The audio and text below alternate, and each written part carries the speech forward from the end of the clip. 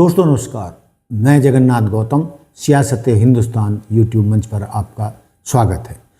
दोस्तों, आपने देखा कि पिछले 17-18 महीने किस तरीके से बांग्लादेश में हिंदुओं का कत्लेआम हुआ, उनके खिलाफ अभियान चलाया गया और जो बांग्लादेश में लगभग 8-10% हिंदू हैं उनके साथ जो अत्याचार हुए वो पूरी दुनिया ने देखा। लेकिन दोस्तों, मुझे ये कहते हुए कोई परेशानी नहीं है कि भारत में भी जिस तरीके से मुस्लिमों के साथ गैर बराबरी हुई है, गैर इंसाफी हुई है और उनको अलग थलग करने का प्रयास किया गया है, उसी तर्ज पर दोस्तों आप माने या ना माने उसका रिएक्शन बांग्लादेश और पाकिस्तान में दिखाई देता है। क्योंकि जो देश का नेता होता है वो जिस तरफ इशारा करता है जनता उसी तरफ चलने लगती है। दोस्तों, अभी इसी सप्ताह बांग्लादेश के नए प्रधानमंत्री तारिक रहमान ने शपथ ली है और दोस्तों ये हम सब के लिए बड़ी ही सुखद आश्चर्य है कि उन्होंने शपथ लेते ही वो काम किया है जो भारत में भाजपा की सरकार 12 साल में नहीं कर सकी। दोस्तों, आप जानते हैं कि कुछ ही दिन पहले तक, यानी बांग्लादेश में चुनावों से पहले तक क्या वहाँ पर माहौल था और हिंदुओं के घर जलाए जा रहे थे, उनको जिंदा जलाया जा रहा था, उनका कत्ल किया जा रहा था। लेकिन दोस्तों, रहमान की सरकार के शपथ लेते ही सब कुछ एकदम बदला हुआ नजर आ रहा है। मंत्रिमंडल में, बांग्लादेश के मंत्रिमंडल में हिंदुओं को भी शामिल किया गया है और उन्होंने अपने शपथ लेते ही जो पहला भाषण दिया है उसमें वहाँ के प्रधानमंत्री ने कहा है कि मुस्लिम, हिंदू, बौद्ध, ईसाई यह देश सबका है, अल्पसंख्यक शब्द को डिक्शनरी से बाहर निकाल फेंक देना चाहिए। दोस्तों, ये वही तारिक रहमान हैं जिन पर कभी कट्टरपंथ का साथ देने का आरोप लगा था। लेकिन दोस्तों, वो 17-18 साल एक लोकतांत्रिक देश ब्रिटेन में रहकर आए और लगता है कि वहाँ की जो लोकतंत्र है, यूरोप का जो लोकतंत्र है, उसका उनके दिमाग पर, दिलो दिमाग पर गहरा असर पड़ा है और वहाँ यूरोप के लोग किस तरीके से दुनिया भर के लोगों को अपने देश में रखते हैं और उनको सम्मान देते हैं, उसी तर्ज पर दोस्तों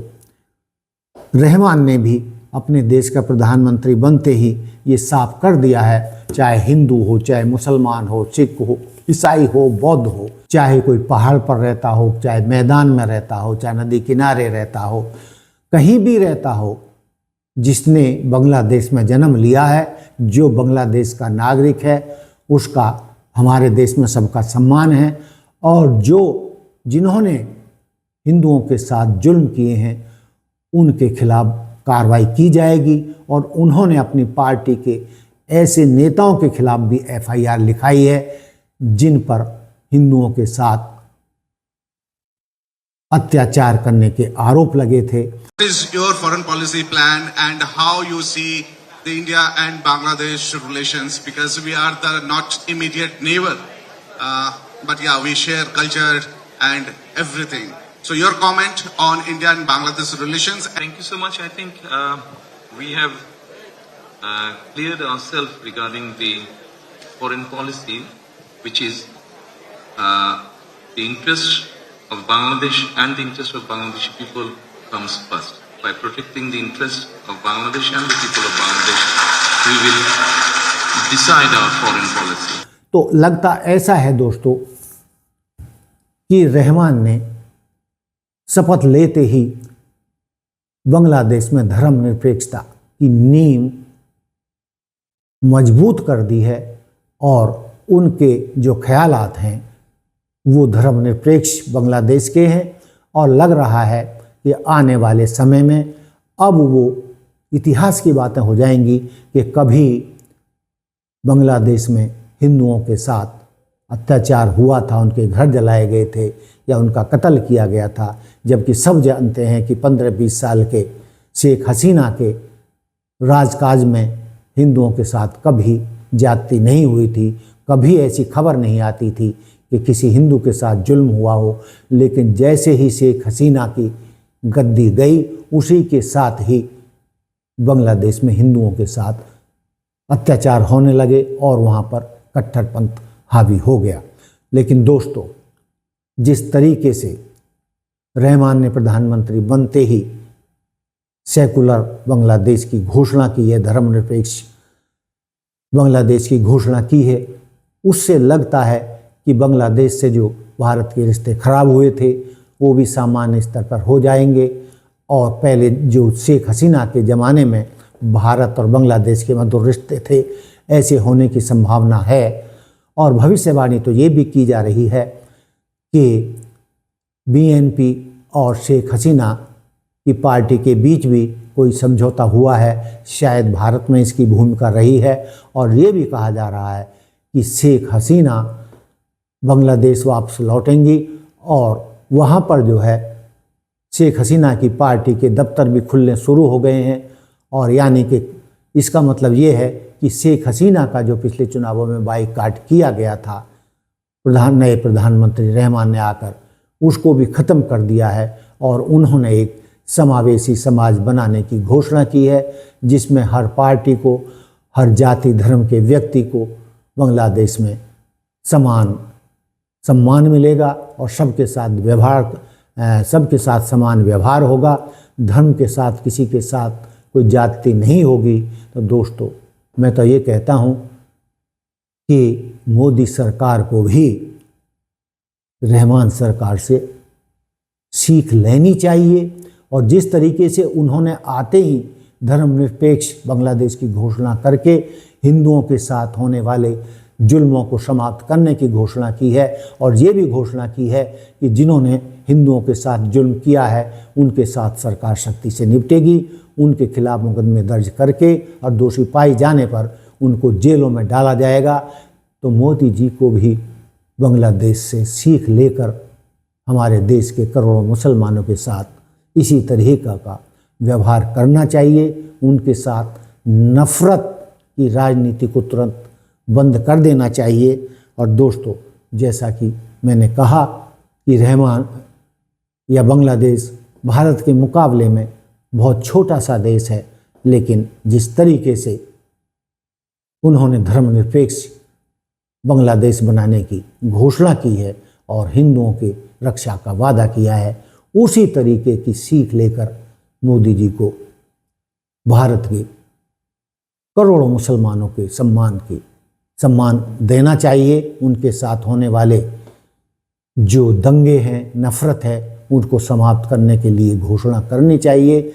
इसी से भारत का संविधान बचेगा, धर्मनिरपेक्षता बचेगी और भाईचारा बढ़ेगा। तो दोस्तों, ये था मेरा आपका मुद्दा कि किस तरीके से बांग्लादेश के प्रधानमंत्री ने भारत के मुंह पर तमाचा मारा है कि वो किस तरीके से मुस्लिम समाज के साथ इस राज्य में ज्यादतियाँ हुई हैं, लेकिन बांग्लादेश में उन्होंने आते ही हिंदुओं के साथ इस तरीके के जुल्मों को अंत कर दिया है। और जिस तरीके से उन्होंने हिंदुओं को भी अपने मंत्रिमंडल में शामिल किया है, ये काबिल तारीफ़ है। जबकि वहाँ पर हिंदुओं की आबादी 8 या 10% बताई जाती है, जबकि हमारे यहाँ पर तो 14% से ज़्यादा है, 14-15% है और 20 करोड़ से ज़्यादा मुस्लिम आबादी है। उसके बावजूद भारत सरकार के इतने बड़े मंत्रिमंडल में एक भी मुस्लिम का प्रतिनिधित्व नहीं है। एक धर्मनिरपेक्ष भारत के लिए इससे ज़्यादा शर्मनाक क्या बात होगी कि हमने 20 करोड़ मुसलमानों को प्रतिनिधित्व भारत की सरकार में नहीं दिया है, बल्कि उनके साथ जातियों का सिलसिला और नफ़रत का सिलसिला पिछले 1 दशक से जो चल रहा है। अब वक्त आ गया है कि बांग्लादेश से सीख लेकर मोदी जी को अपनी नीतियां बदलनी चाहिए और भारत के मुस्लिमों के साथ प्यार मोहब्बत और बराबरी का रिश्ता करने और उनके साथ इंसाफ की नीति पर हमें चलना चाहिए। इसी के साथ दोस्तों मैं अपनी बात समाप्त करता हूँ। देखते रहिए सियासत हिंदुस्तान। जय हिंद, जय भारत, जय संविधान। नमस्कार। आप हमारे चैनल को लाइक, सब्सक्राइब और शेयर करें, जिससे हमारे चैनल को मजबूती मिले। दोस्तों इसमें आपका कोई खर्च नहीं होता है, बस उसको टच करिए, उसको लाइक करिए, सब्सक्राइब करिए और अपने दोस्तों को उसको शेयर कीजिए। हमारी आपसे इतनी ही विनती है। धन्यवाद।